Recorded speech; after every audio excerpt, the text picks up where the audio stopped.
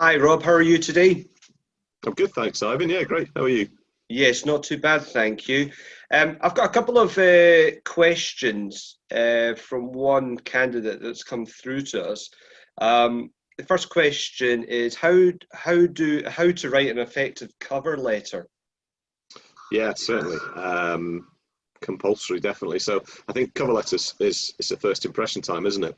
So when somebody looks at this, it's the first time they're going to find out about you and get to know you. So you've got to make sure that it's smart, tidy, concise. Spelling and grammar is absolutely perfect.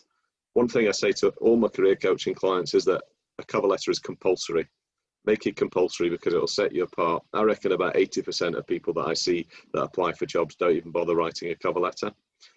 So it'll set you apart from 80% of the competition for that particular role. You can always attach it if you can't see where to attach it in an application. Then make to save it as part of your CV. So if you've got a 2-page CV, make it a 3-page CV, and the first page of that is your cover letter. So it really ensures then that whoever's going to receive it is going to read that first. And think about it like this: if you get your cover letter right, the person who's reading it might decide to see you even before they've even looked at your CV. So make sure it's formal, but I wouldn't say 1950s formal.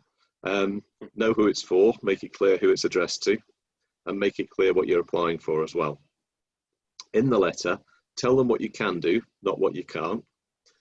This is your opportunity to sell all those key skills that we've mentioned before about having in the CV. So have a look at the job description or the advert that you're applying for and pick the 3 key things that you think that they're looking for, and then tell them in the cover letter in maybe a few short sentences what you've done to match them. So really you're kind of translating your achievements from your CV into the cover letter overall.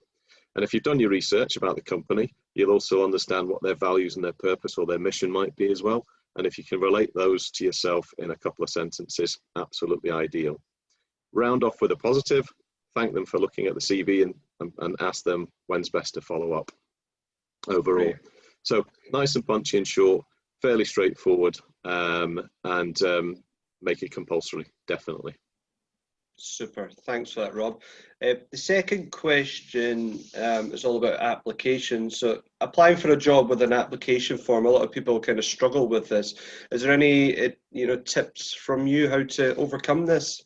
Yeah, definitely. And it's more and more common now as with Express Jobs and technology and people applying online, which is probably 99% of the way people apply for jobs now, is and all the public sector roles that are out there are application forms only. But don't see it as a hurdle at all.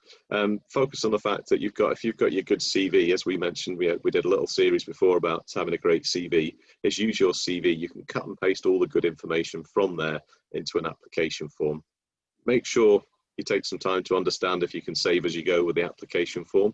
A lot of systems now do allow you to do some of it and save it and then go back to it at a later date or a few hours later. You'll always or probably always be asked for what's called a personal statement on there, but treat this as your cover letter. And as we said before, the cover letter is really the door opener for you overall. So the personal statement in an application form, because it might not allow you to upload a cover letter, your personal statement is your cover letter.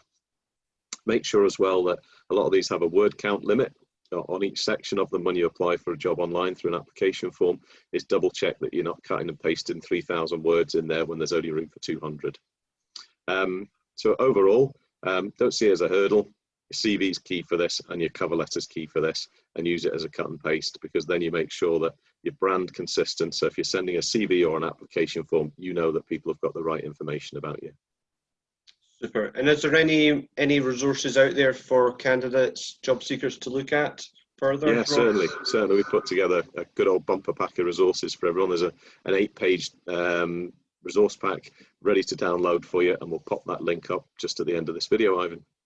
Fantastic. Well, thanks for that, Rob. Appreciate it as always, and I look forward to speaking to you next week. Thanks, Ivan. See you soon.